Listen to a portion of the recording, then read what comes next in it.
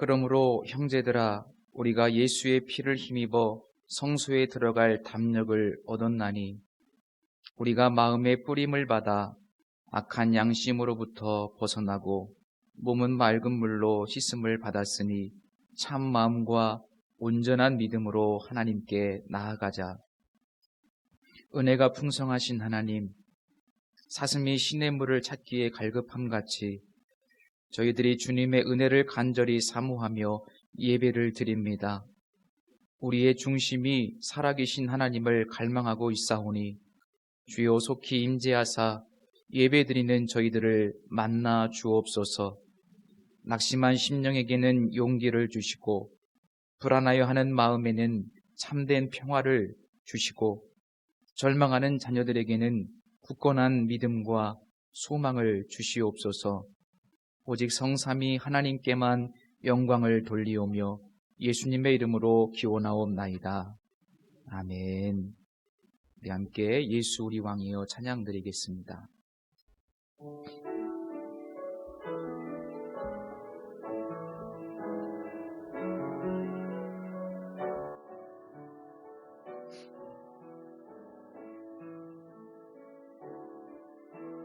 예수 우리 왕이여 이곳에 오소서.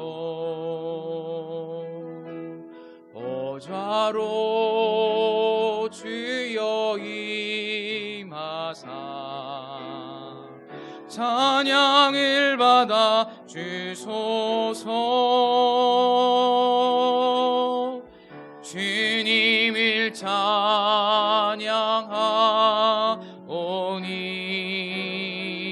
주님을 경배하오니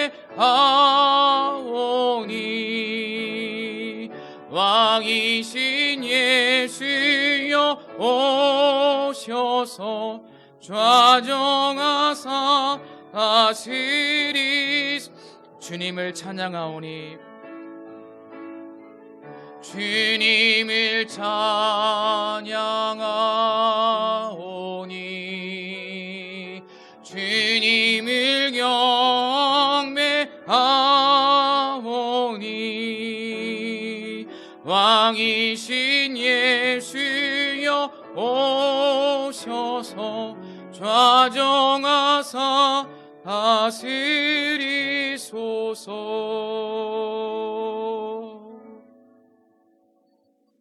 아멘. 우리 다 같이 세번역 사도신경으로 신앙 고백 드리시겠습니다. 나는 전능하신 아버지 하나님 천지의 창조주를 믿습니다. 나는 그의 유일하신 아들 우리 주 예수 그리스도를 믿습니다. 그는 성령으로 잉태되어 동정녀 마리아에게서 나시고 본디오 빌라도에게 고난을 받아 십자가에 못 박혀 죽으시고 장사된 지 사흘 만에 죽은 자 가운데서 다시 살아나셨으며 하늘에 오르시어 전능하신 아버지 하나님 우편에 앉아 계시다가 거기로부터 살아있는 자와 죽은 자를 심판하러 오십니다. 나는 성령을 믿으며 거룩한 공교회와 성도의 교제와 죄를 용서받는 것과 몸의 부활과 영생을 믿습니다. 아멘. 우리 다 함께 이 시간은 지난 한 주간의 삶을 되돌아보면서 우리 하나님 앞에 잠시 참여하는 시간입니다. 우리 다 같이 조용한 기도로 우리 하나님께 나아가겠습니다.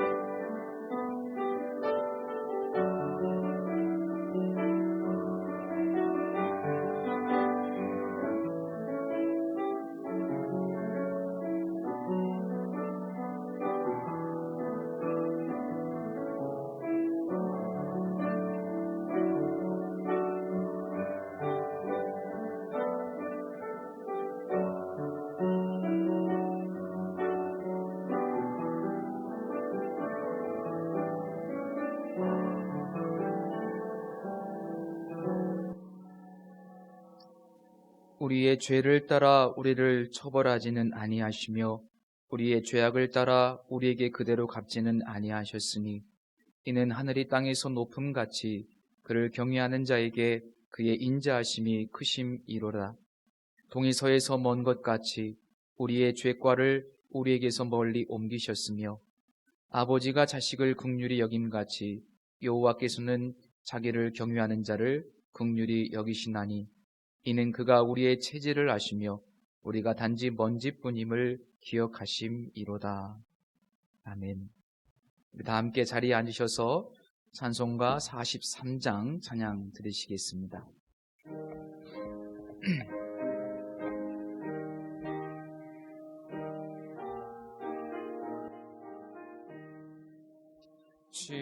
즐겁게 안식할 날 반갑고 좋은 날 내 맘 일편케 하니 즐겁고 깊은 날 이날의 천하 만민 다 보좌 앞에서 참되신 삼위일체 다 찬송 드리네.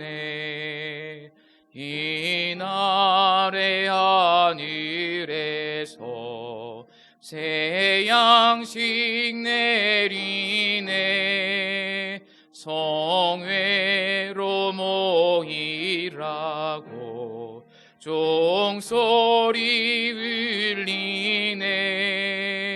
복음의 밝은 빛이 온 세상 비치며 또 영생물이 길러 시원케 하시네. 이 주일 지킴으로 새 은혜 입어서 영원히 쉬는 곳에 다 올라갑시다. 성부께 찬미하고 성자와 또 성령 참되신 삼위일체 다 찬송 드리세. 아멘. 성시교도 교동문 1번 시편 1편을 함께 교독하시겠습니다.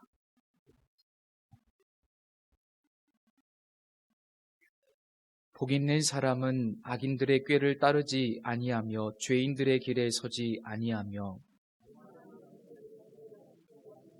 오직 여호와의 율법을 즐거워하여 그는 시냇가에 심은 나무가 철을 따라 열매를 맺으며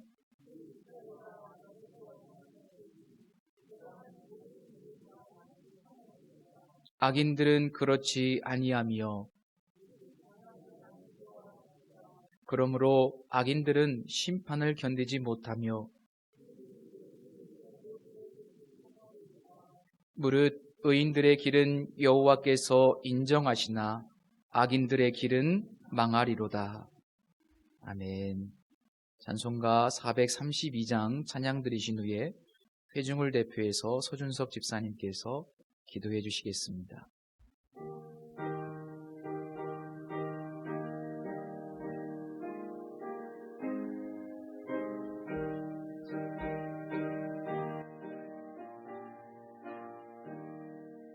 큰 물결이 설레는 어두운 바다 저 등대의 불빛도 희미한데 이 풍랑에 배저 항해하는 이 작은 배 사공은 주님이라. 나 두려움없네 두려움없도다. 주 예수님 늘 깨어 계시도다.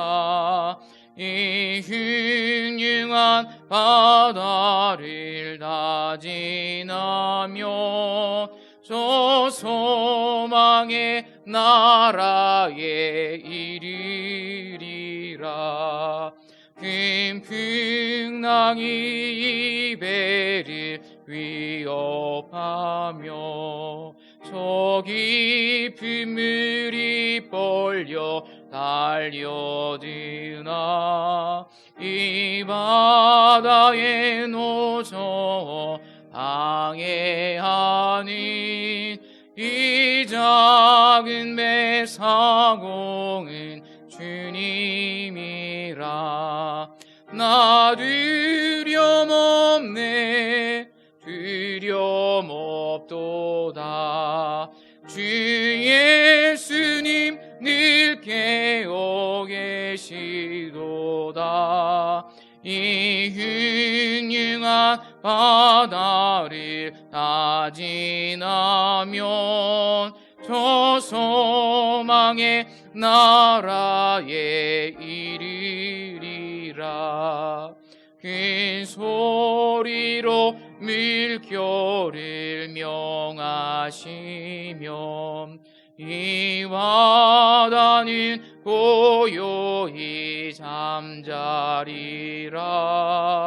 조동력이 환하게 밝아올 때 나 주와 함께 이 바다 건너가리.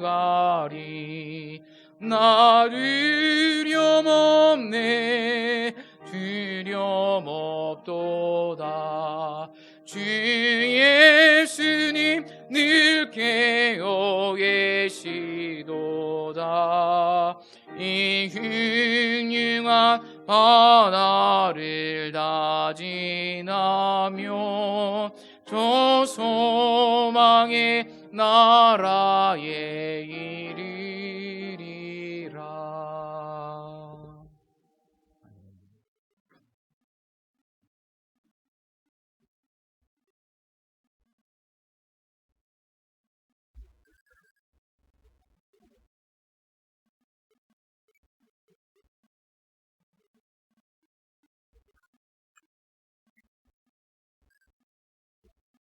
하나님 아버지, 저희들을 은혜로 자녀 삼아주심을 감사합니다.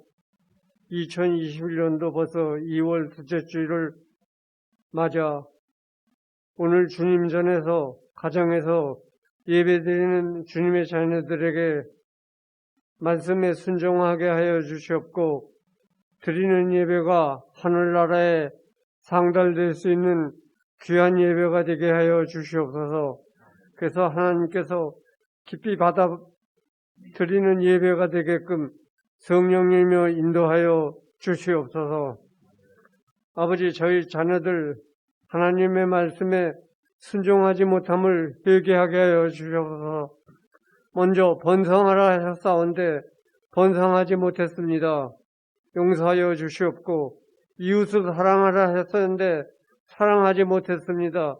주님 용서하여 주시옵소서. 하나님은 사랑하지 못할 것 용서하여 주시옵소서. 주님, 이 땅에 코로나를 멸하여 주시옵소서. 그래서 마음 놓고 교회에서 예배드리며 하나님께 경배할 수 있는 계기가 될 수 있게끔 주님 도와 주시옵소서. 하나님, 우리 비전교회를 통하여 거룩히 여김을 받으시기를 원합니다. 그리고 온 세상 사람들이 하나님의 이름을 거룩히 여기기를 원합니다. 하나님, 나라가 우리 비전교회를 통하여 확장되기를 기도합니다. 하나님 나라 영광을 위하여 일하게 하소서. 그리고 우리 비전교회를 통하여 하나님의 나라가 세종 모든 사람들에게 전파하여지기를 원합니다. 하나님의 뜻이 하늘에서 이루어진 것 같이 땅에서도 모든 교회를 통하여 이루어 주시기를 기도합니다. 하나님께서 비전교회에 필요한 것을 공급하여 주시기를 기도합니다. 먼저 주일학교와 활성화되게 해주셨고 전도회, 구역회, 각 부서가 활성화되게 하여 일꾼들이 다 되게 하여 주시옵소서. 또 모자라는 일꾼들을 보내주시옵소서. 비전교회 주위에 모든 사람의 구원받기를 원합니다. 복받기를 원합니다.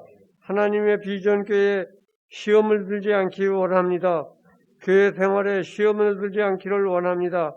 가정에서 시험 들지 않기를 원합니다. 우리 목사님 말씀을 선포하실 때 성령과 권능이 임하게 하소서. 온 성도들이 말씀에 아멘으로 화답하게 하소서. 하나님의 나라와 권세와 영광이 영원히 하나님 아버지께 있사옵니다. 이 모든 말씀을 우리를 구원해 주신 예수님의 이름으로 기도드렸습니다. 아멘.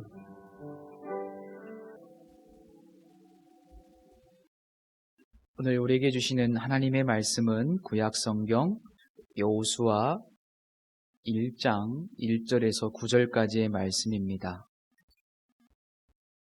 구약 320년 여호수아 1장 1절에서 9절까지의 말씀, 우리 한 절 한 절 교독하시겠습니다.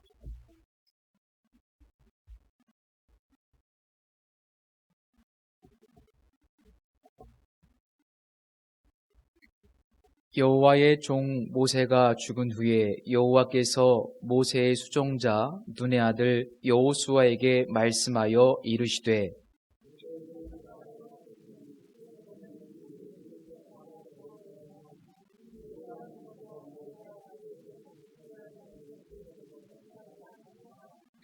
내가 모세에게 말한 바와 같이 너희 발바닥으로 밟는 곳은 모두 내가 너희에게 주었노니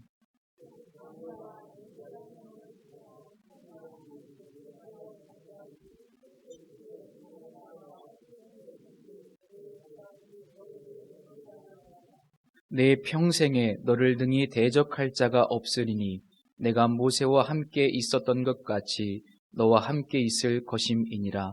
내가 너를 떠나지 아니하며 버리지 아니하리니.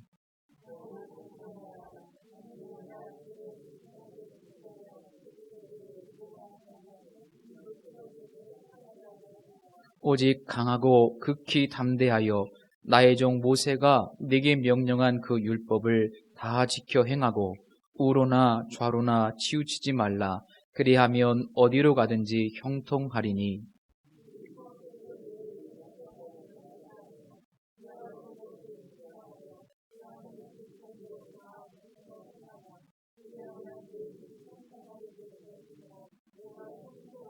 함께 읽습니다. 내가 네게 명령한 것이 아니냐. 강하고 담대하라. 두려워하지 말며 놀라지 말라. 내가 어디로 가든지 내 하나님 여호와가 너와 함께 하느니라 하시니라. 아멘.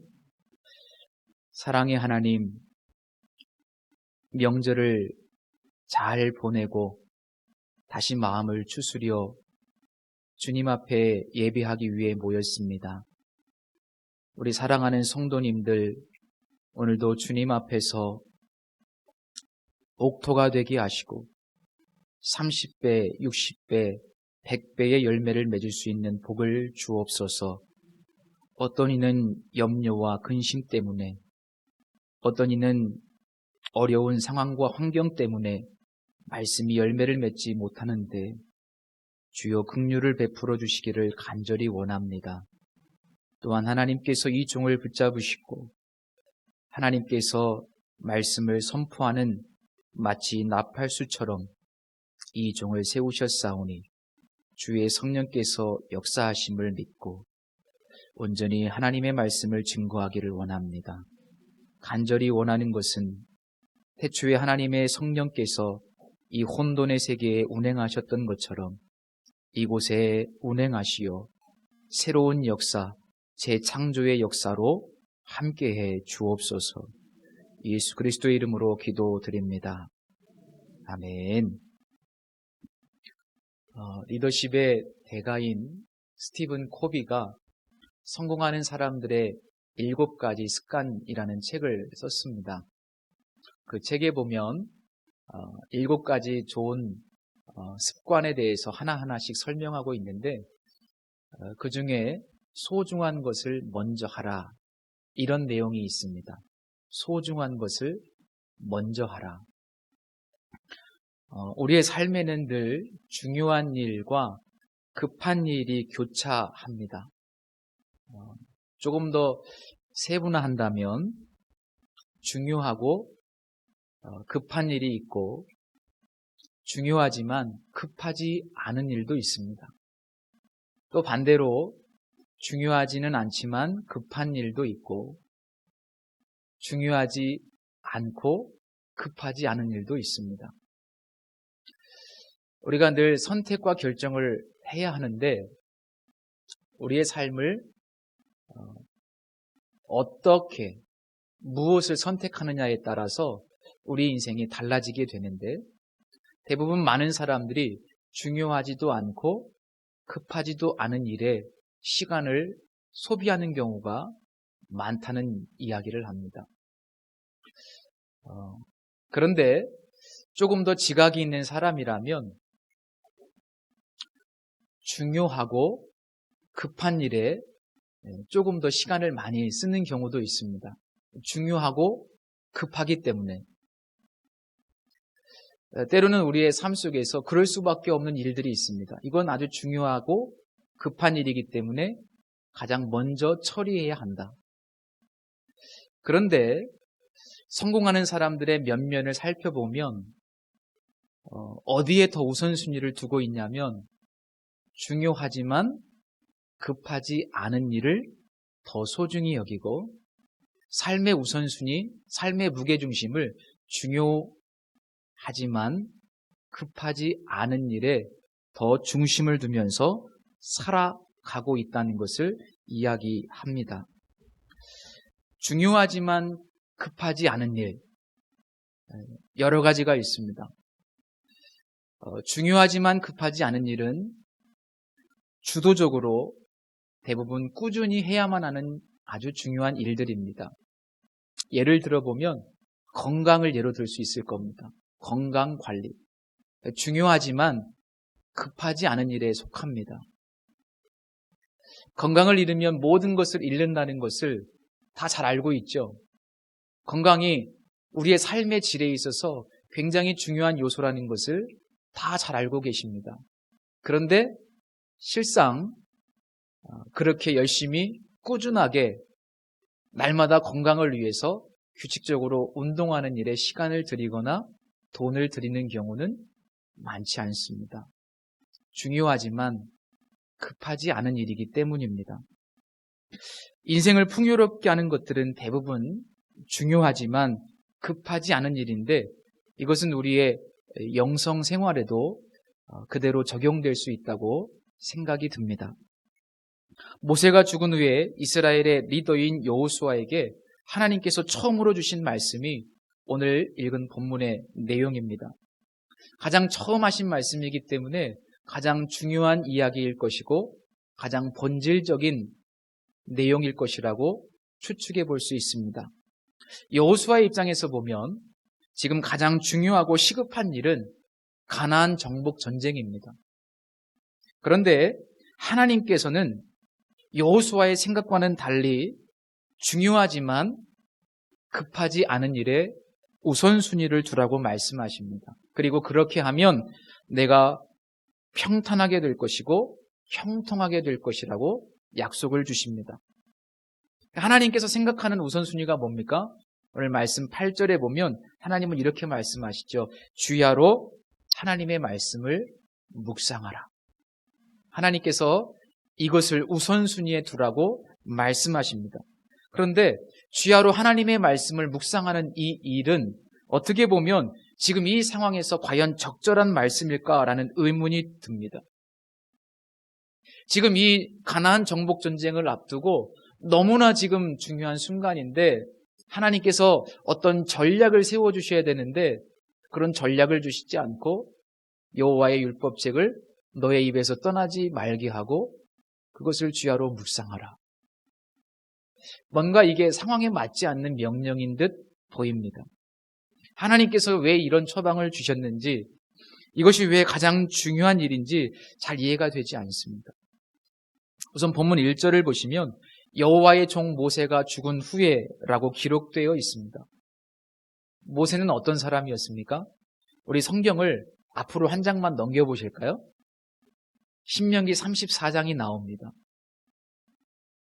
신명기 34장 10절 이하의 내용을 보면 그 이후에는 이스라엘에 모세와 같은 선지자가 일어나지 못하였나니 모세는 여호와께서 대면하여 아시던 자요 여호와께서 그를 애굽 땅에 보내사 바로와 그의 모든 신하와 그의 온 땅의 모든 이적과 기사와 모든 큰 권능과 위엄을 행하게 하시매 온 이스라엘 목전에서 그것을 행한 자이더라.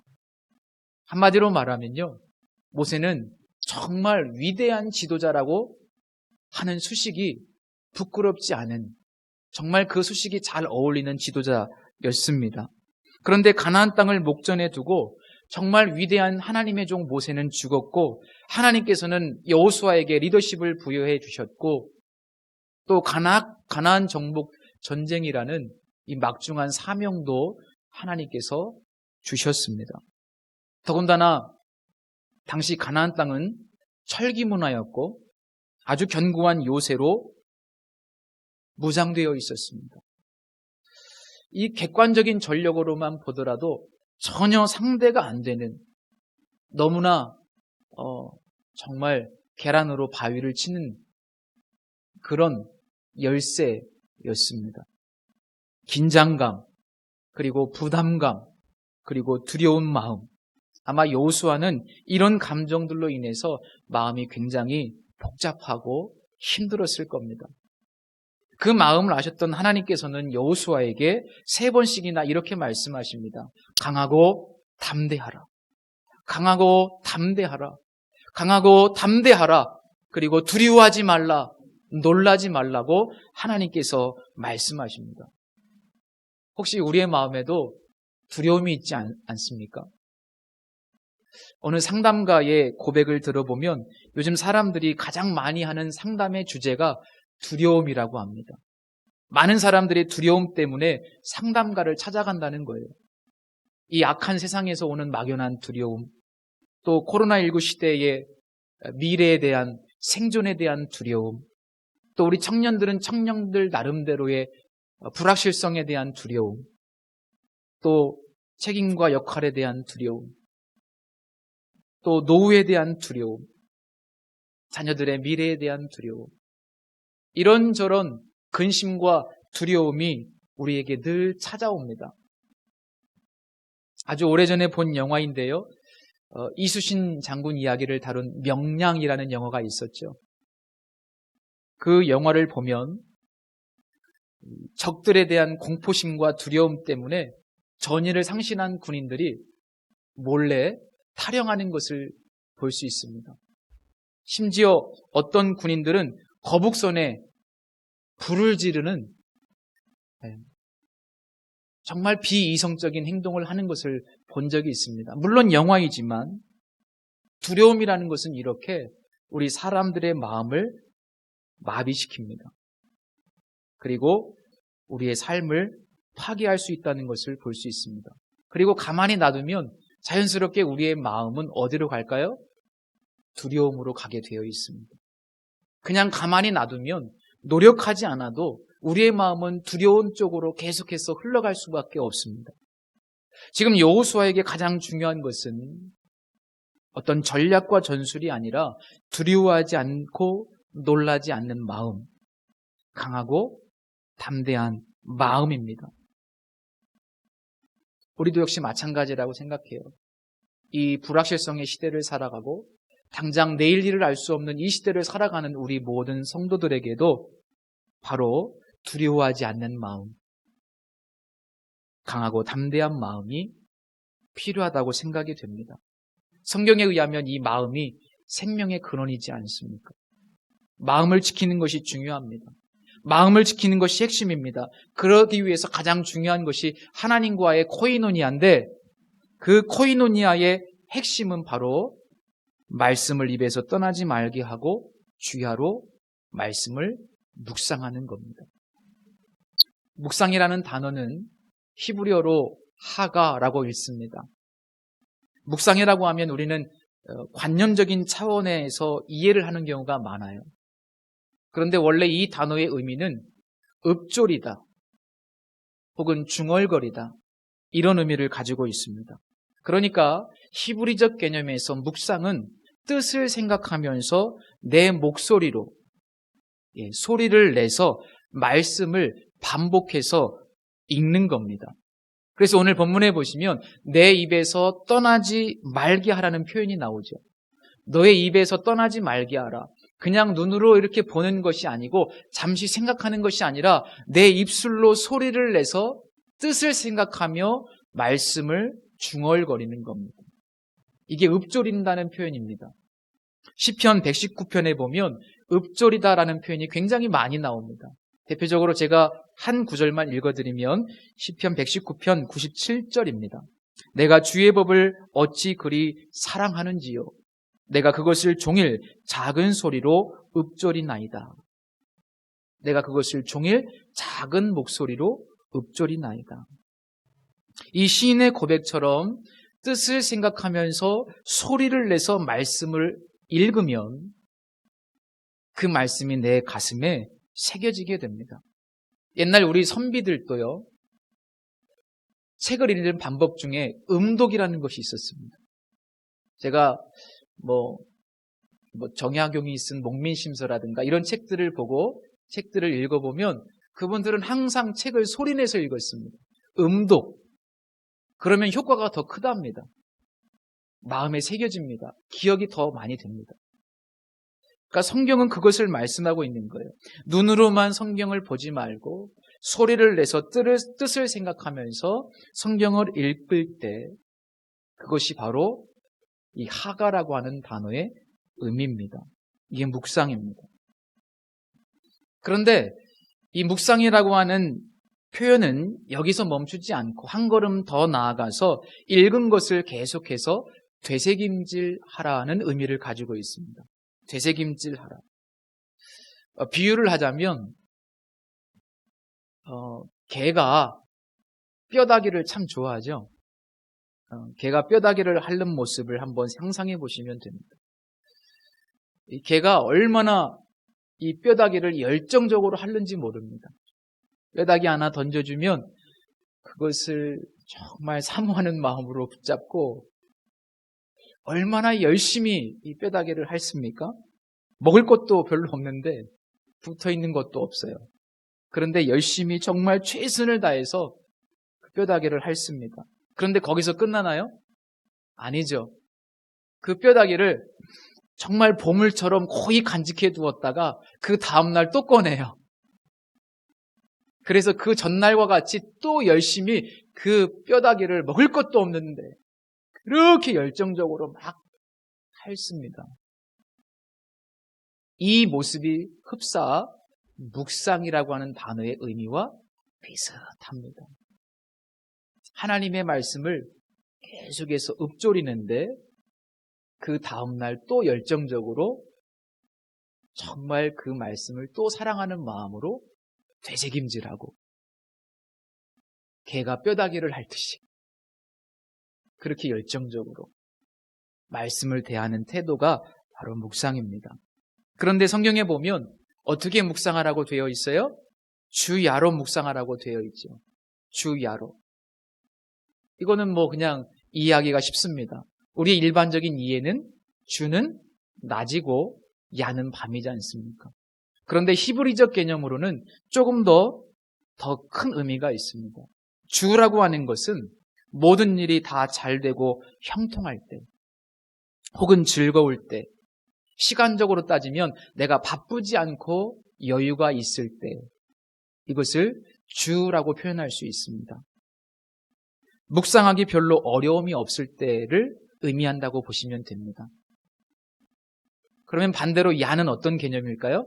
단순히 밤을 의미하지 않고 히브리적 개념으로는 내 뜻대로 잘 되지 않을 때, 우리 인생에 고난이 찾아올 때, 어려움이 닥쳐올 때, 그래서 내 마음이 속상하고 힘들 때, 성경 말씀을 가까이 하고 싶지 않을 때, 시간적으로는 매우 분주해서 도저히 말씀을 읽을 시간이 없다고 생각될 때, 그때가 바로 야입니다.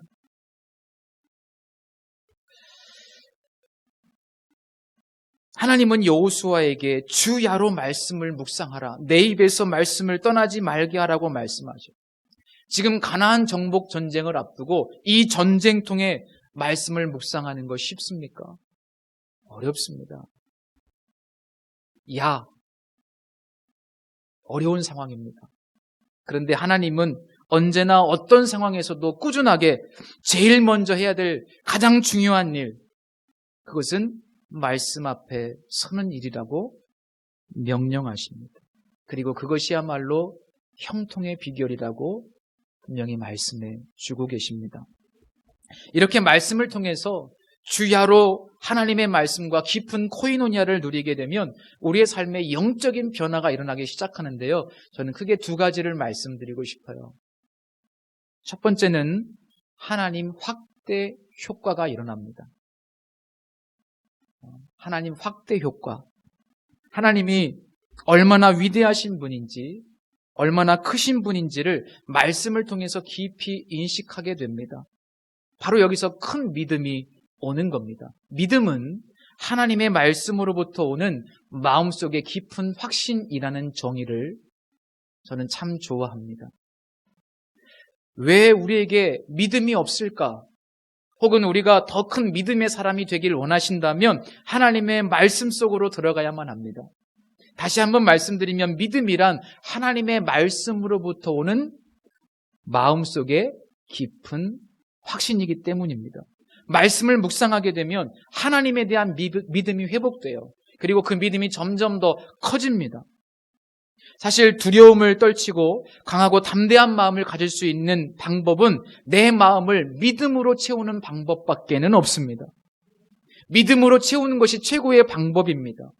믿음이 내 마음속에 들어오면 어떤 상황도 두렵지가 않습니다. 여기서 그렇다면 믿음은 어떤 믿음일까요? 이 정복전쟁을 누가 하신다? 하나님께서 하신다는 믿음이에요. 오늘 이 말씀에 보면 내가 주겠다, 내가 너와 함께 하겠다, 내가 너희들의 조상들에게 맹세를 했다. 하나님은 계속해서 내가 하겠다고 말씀하십니다. 내가 약속했다고 말씀하십니다. 내가 너와 함께 하신다고 말씀하십니다. 성도 여러분, 하나님께서 하십니다. 이 믿음이 우리에게 담대한 마음을 줍니다. 이 믿음이 우리에게 들어올 때 우리 안에 있는 두려움이 안개처럼 점점점 사라지는 겁니다. 신약의 언어로 바꾸면 복음에 대한 확신, 복음에 대한 그 깊은 확신이 나를 담대하게 만들어주는 겁니다. 또 한 가지 은혜가 있습니다. 우리가 말씀을 묵상할 때 하나님께서 나를 얼마나 사랑하시는지를 깨닫게 됩니다. 말씀을 묵상하면 하나님의 사랑이 느껴집니다.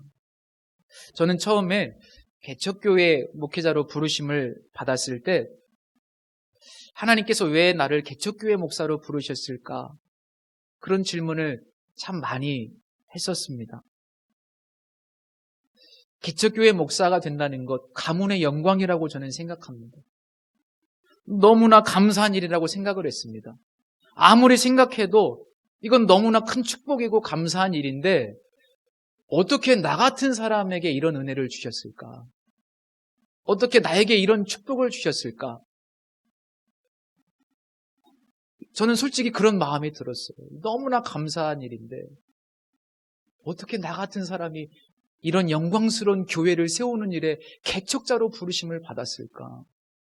그래서 하나님께 기도를 드렸죠. 하나님 왜 저를 개척자로 부르셨습니까? 아무리 생각해봐도 저는 개척 스타일은 아닌 것 같은데. 주변에 있는 동료, 선배 목사님들도 너는 개척교회 스타일의 목사는 아닌 것 같은데. 그래서 제가 1년 동안 기도했어요. 개척되고 난 다음에. 원망스러운 기도가 아니었어요. 감사해서 기도했어요. 1년 만에 하나님께서 저에게 말씀으로 응답을 보여주셨습니다. 근데 그 말씀이 로마서 9장 11절 말씀이에요. 그 자식들이 아직 나지도 아니하고 무슨 선이나 악을 행하지 아니한 때에 택하심을 따라 되는 하나님의 뜻이 행위로 말미암지 않고 부르시는 이로 말미암아 서게 하려 하신다. 제가 이 성경 말씀을, 하나님이 주신 말씀을 찾아보고 나서 이런 말씀이 있는지 처음 본 것 같아요. 이 말씀을 읽고 제가 얼마나 감격했는지 모릅니다. 하나님께서 나를 개척자로 이 영광스러운 자리에 부르신 것은 나의 공로가 아니구나. 내가 실력이 좀 있었다거나 내가 좀 잘났다거나 그래서 하나님께서 나를 부르신 것이 아니고 오직 행위로 말미암지 않고 부르시는 이로 말미암아 서게 하려 하세요. 하나님의 은혜로 날 부르셨구나. 은혜구나. 그렇지. 내가 구원받은 것도 하나님의 은혜지. 내가 구원받은 것도 하나님의 은혜지. 이 작은 나를 하나님께서 기억하시고 구원하시고 그것도 감사한데 개척교회 목사라고 하는 이 영광스러운 반열에 하나님이 나를 세우시고 얼마나 감사하고 감격했는지 모릅니다. 하나님이 나를 이렇게 사랑하시는구나. 그 다음날부터 기분이 정말 좋았습니다. 하나님이 나를 이렇게 생각하시고 하나님이 나에게 이렇게 은혜를 베푸시고 하나님이 나를 이렇게 사랑하시는구나. 저는 개인적으로 그때 제게 주신 그 하나님의 말씀을 매일매일 묵상합니다. 오늘 이 아침에 예배드리기 전에도 제가 기도하면서 하나님 말씀을 묵상해. 하나님이 나를 부르셨지. 하나님이 나를 세우셨지. 하나님 나를 사랑하시지. 두려워하지 말고 담대하게 또 이 강단에 서야지. 하나님이 그런 마음을 주시고 제가 그 말씀을 붙들고 매일매일 이 강단에 섭니다. 기도합니다. 하나님 나를 세우셨으니 주님이 나를 통해서 일하시겠지. 요한 1서 4장 18절에 이런 말씀이 있습니다. 사랑에는 두려움이 없습니다. 완전한 사랑은 두려움을 내쫓습니다. 사랑에는 두려움이 없습니다. 그 완전한 사랑은 두려움을 내어쫓습니다. 하나님의 사랑이 내 마음에 부어지면, 하나님의 은혜가 내 마음에 부어지면 내 마음속에 있는 두려움은 사라지게 되어 있습니다. 두려움은 내 의지로 몰아내는 것이 아닙니다. 염려는 내 의지로 몰아내는 것이 아닙니다. 두려워하지 말아야지, 염려하지 말아야지 이렇게 내가 자기 스스로 최면을 걸고 아무리 그렇게 이야기해도 두려움은 사라지는 것이 아니에요. 우리의 마음이 하나님을 향한 믿음과 하나님께서 하신다는 복음에 대한 확신과 그리고 나를 향한 하나님의 사랑으로 채워질 때 그때 우리의 마음속에서 두려움은 사라지게 되고 어느덧 내 마음은 강하고 담대한 마음으로 회복이 되는 겁니다. 말씀 묵상의 은혜가 이렇게 놀랍습니다. 이렇게 우리의 마음이 채워지고 하나님으로 충만하게 될 때 그런 마음의 상태, 그런 존재를 저는 빙산에 비유하고 싶어요. 빙산 아시죠? 저 남극이나 북극의 바다 위에 떠 있는 얼음덩어리. 빙산의 일각이라는 표현이 있잖아요. 바다 표면 위에 눈에 보이는 그 얼음 조각은 아주 작습니다. 그런데 작다고 무시하면 안 되죠? 수면 아래에 있는 얼음덩어리는 우리가 알 수 없을 정도로 정말 어마어마하게 큰 얼음덩어리가 그 바다 밑 안에 있습니다. 정말 큰 얼음덩어리.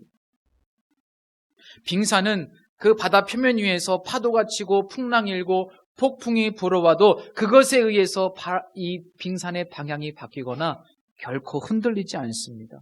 왜냐하면 엄청나게 큰 얼음덩어리가 그 바닷속에 있는 그 조류에 깊은 바다에 뿌리를 내리고 있기 때문입니다. 오히려 그 빙산은 태풍의 영향을 받지 않고 바닷속에서 유유히 깊은 바닷속에서 흐르는 그 조류에 뿌리를 받고 그것에 의해서 움직이게 됩니다. 하나님은 여호수아에게 마치 이런 빙산과 같은 사람이 되라고 말씀하시는 것 같습니다. 이 빙산을 여호수아라고 한번 가정해 볼게요. 그 바다를 하나님이라고 한번 가정해 볼게요. 그리고 그 물속에 깊은 곳에 조류를 하나님의 뜻이라고 한번 가정해 보겠습니다. 하나님은 이렇게 말씀하시는 것 같습니다. 여호수아야, 너는 눈에 보이는 상황과 그 폭풍과 비바람 때문에 혹은 모세와 비교의식 때문에 흔들리거나 두려워하지 말고 마치 빙산처럼 나에게 깊이 믿음의 뿌리를 내리고 복음의 확신을 가지고 나의 사랑 안에 거하라. 그리고 유유히 내 뜻을 따라서 움직여라. 너는 빙산처럼 흔들리지 않으며 태풍의 저지선을 뚫고 내가 약속한 그 믿음의 땅으로 들어가라.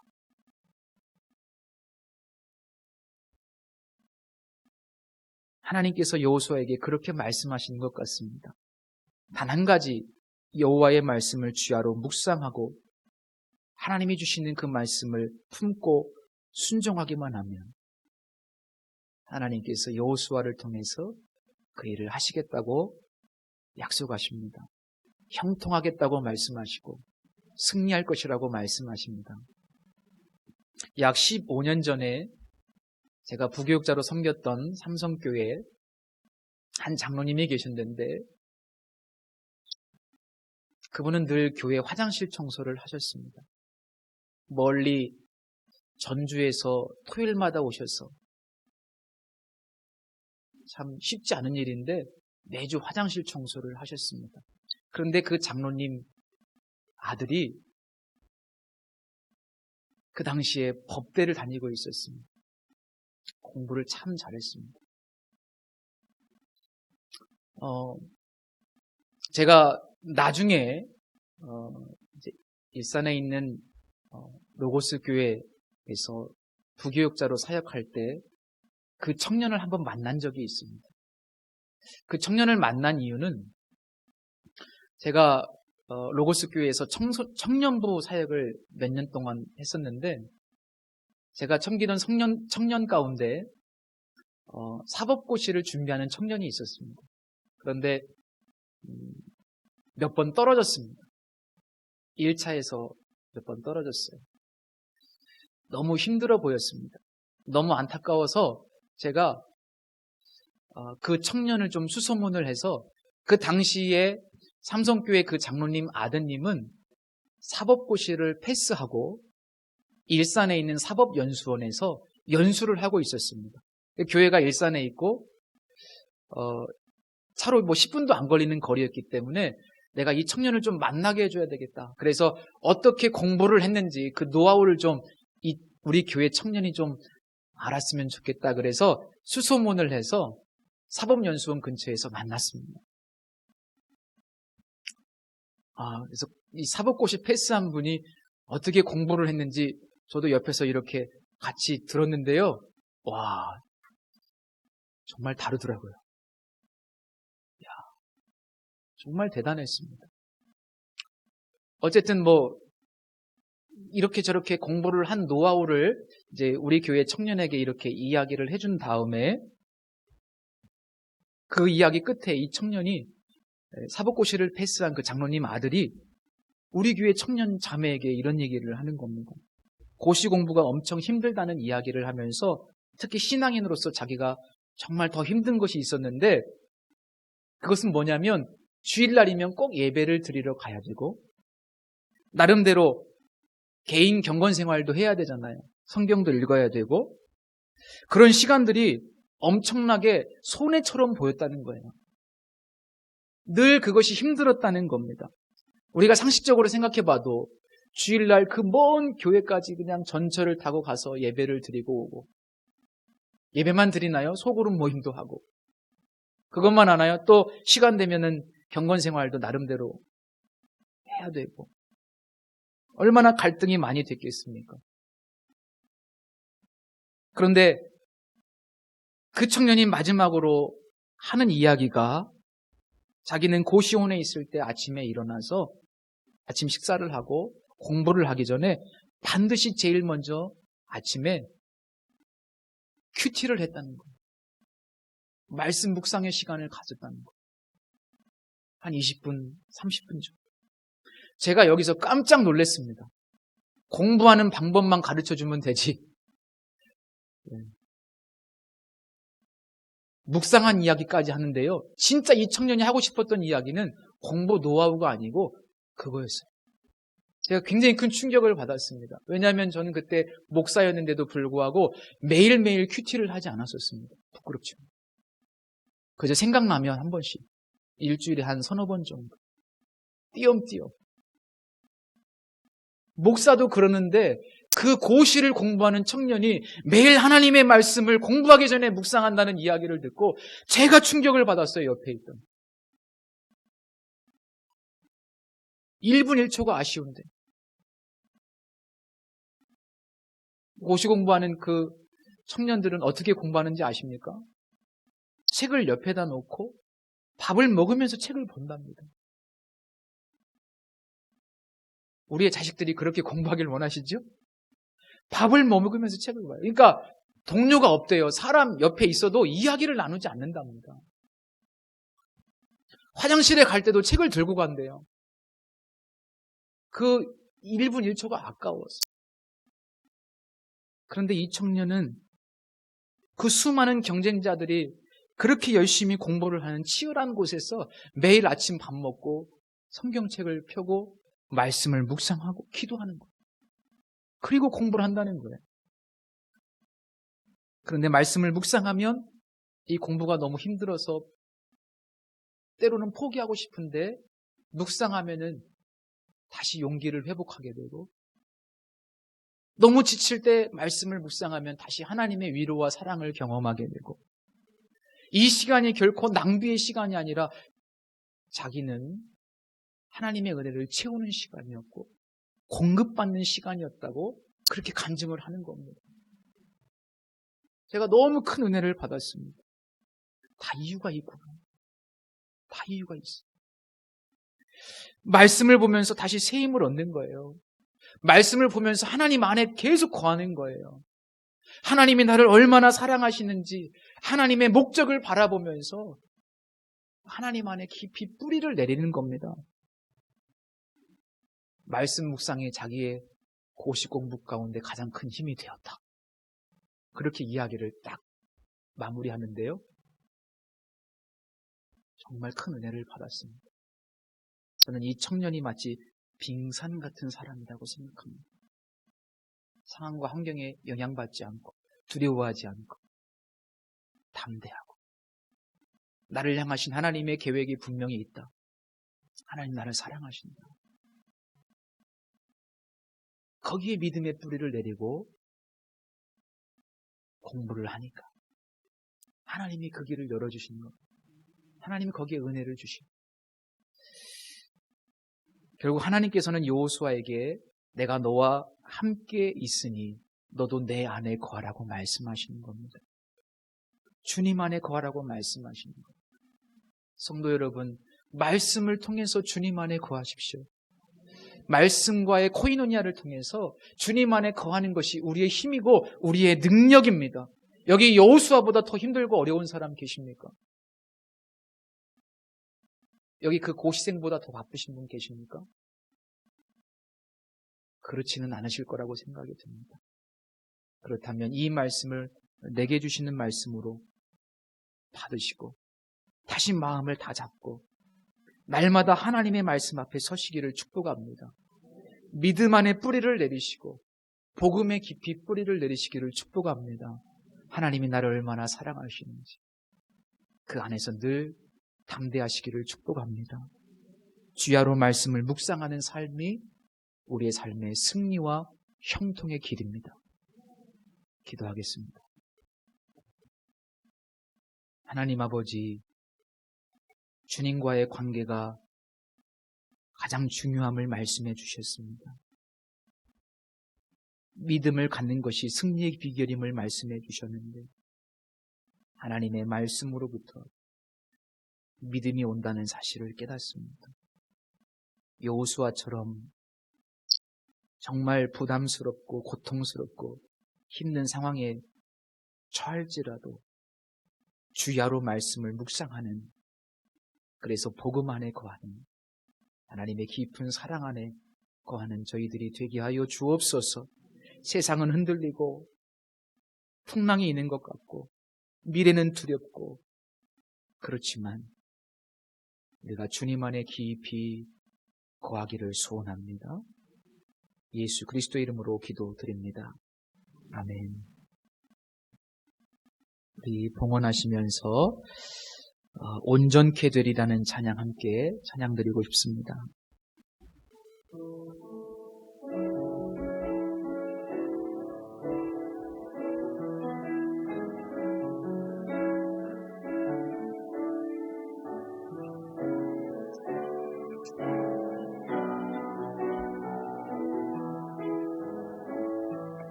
주 앞에 나와 제사를 드리네 마음 열어 내 삶을 드리네 주를 봅니다.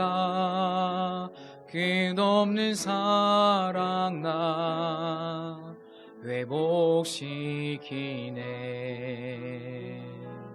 이제는 들어 주 보내 그 능력 날 새롭게 해 주님의 사랑 날 만지시니 내 모든 두려움 사라지네. 폭풍 속에도 주 붙들고 믿음으로 주와 건네 갈보리 언덕 넘어 귀원의 날 주 안에 온전케 돼. 이제 눈들어 주 보내. 이제 눈들어 주 보내. 그 능력 날 새롭게 해. 주님의 사랑 날 만지시니 내 모든 두려움 사라지네. 폭풍 속에도 주 붙들고 믿음으로 주와 건네 갈보리 언덕 넘어 위원의 날 주 안에 온전케 되리. 우리 잠시 함께 기도하겠습니다. 이제 다시 눈을 들어 주님을 보기를 원하고 폭풍 속에서도 주님을 붙들고 믿음의 길 걷기를 원합니다. 저를 위해서도 기도해 주십시오.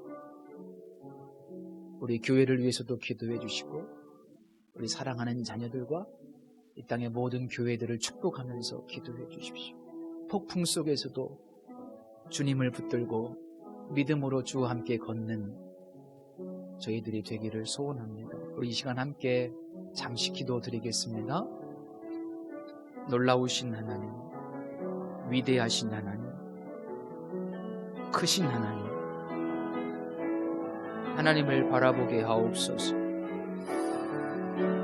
나를 세우신 하나님, 나를 붙드시고 나를 여기 보내시고 나를 이 강단에 세우신 하나님을 바라봅니다. 내가 하는 것이 아니고 주님께서 하시는 것임을 끊임없이 확신케 하여 주옵소서. 이 종을 붙잡아 주시옵소서. 하나님의 사랑으로 충만케 하여 주옵소서. 사랑하는 성도들 믿음으로 주님을 붙들고 주님을 바라보며 이 폭풍 같은 세상에서 믿음의 뿌리를 내리고 하나님을 바라보며 전능하신 하나님을 기억하며 믿음으로 두려움을 제거할 수 있도록 도와주시고 담대한 마음으로 놀라지 않으며 나아갈 수 있는 은혜를 주시옵소서. 하나님이 왕 되시며 하나님이 이 땅을 통치하시고 하나님이 열방을 통치하시고 하나님은 전쟁의 하나님이시고 하나님 전쟁은 하나님께 속한 것임을 고백하며 우리의 인생을 주님을 의지하며 바라볼 수 있도록 믿음으로 함께하여 주시옵소서.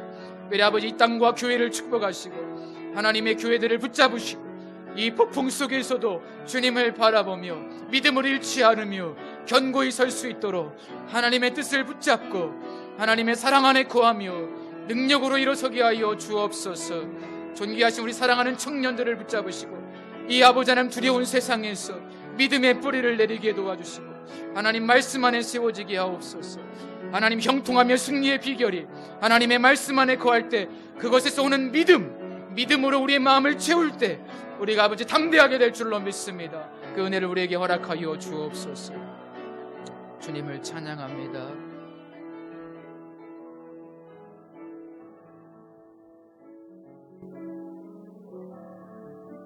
이제 눈들어 주를 보래. 이제 눈들어 주 보내. 그 능력 날 새롭게 해. 주님의 사랑 날 만지시니 내 모든 두려움 사라지네. 폭풍 속에도 주 붙들고 믿음으로 주와 건네. 갈보리 언덕 넘어 그 어느 날 주 안에 온전케 되리.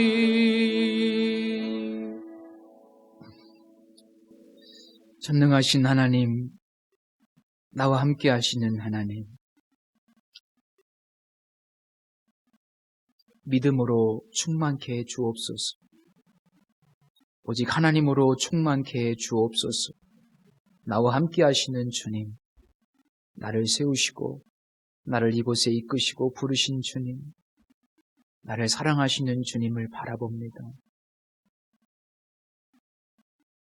하나님, 이 시간 귀한 예물을 고별해 드렸습니다.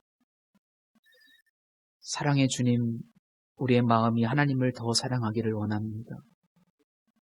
또 필요에 민감하신 하나님 아버지를 믿습니다. 염려와 두려움을 물리쳐 주시고 하루하루 믿음의 길 걸어갈 수 있도록 도와주옵소서. 하나님, 너희는 이것들보다 더 귀한 존재라고 말씀해 주셨는데 하나님의 사랑으로 다시금 충만케 해 주옵소서. 예수님의 이름으로 기도합니다. 아멘. 오늘도 함께 예배하시는 모든 성도님들을 환영하고 축복합니다. 거리두기 1.5단계로 하향 조정된 것으로 알고 있는데 좌석수의 30% 예배를 드릴 수가 있습니다. 그래서 오전 1부 예배 드리셔도 좋고 이제는 2부 예배를 드리셔도 괜찮습니다. 편하신 대로 결정하시면 되겠습니다. 2021년 사순절이 17일 수요일날을 제2수요일이라고 하는데 4월 4일 부활절까지 계속 진행이 됩니다. 이 기간 동안은 사복음서 통독 새벽기도회로 드립니다. 하나님 말씀을 함께 통독하면서 이 새벽기도회 사순절 기간을 보내려고 합니다. 단체 카톡방에도 올려드렸는데 새벽기도를 나오시지 못하시더라도 그 말씀을 함께 묵상하시는 우리 성도님들 되시기를 축복합니다.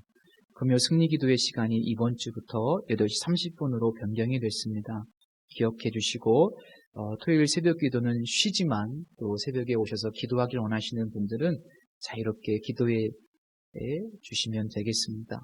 유초등부 예배 주보를 참고해 주시고 유초등부의 부흥을 위해서 꼭 기도해 주십시오. 주일 오후 예배는 없는 것이 아니고 가정 코이노니아로 모입니다. 주보를 참조하셔서 가정에서 경건하게 예배하시기를 축복합니다. 제가 이제 명절이 끝났기 때문에 부임 신방을 하도록 이렇게 할 예정입니다. 전사님을 통해서 신청을 받고 연락을 드려서 무리하지 않고 또 코로나 때문에 조금 미루시길 원하시는 분들은 천천히 하셔도 됩니다. 부담 갖지 마시고 한 가정 한 가정 그렇게 신방할 예정이니 기도해 주시기를 부탁을 드립니다. 저는 화요일 날 16일 날인데 대전중앙 지방회의가 있어서 출타할 예정입니다. 우리 다 같이 자리에서 일어서서 찬송가 53장 부르시고 축도로 예배를 마치겠습니다.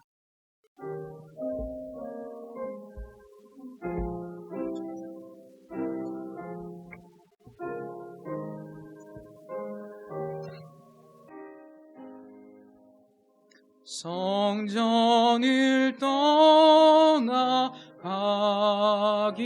전 머리를 숙일 때 주께서 함께 계시고 복 내려 주소서. 집 위로 돌아가는 길 주 동행하시고 내 모든 언행 심사를 다 지켜 주소서. 거룩한 날이 다가고 저녁이 되도록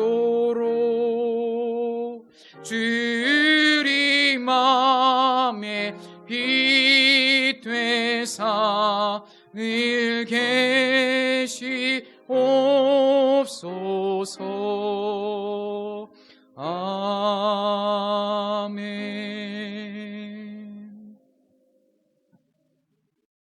지금은 교회의 머리가 되시는 예수 그리스도의 은혜와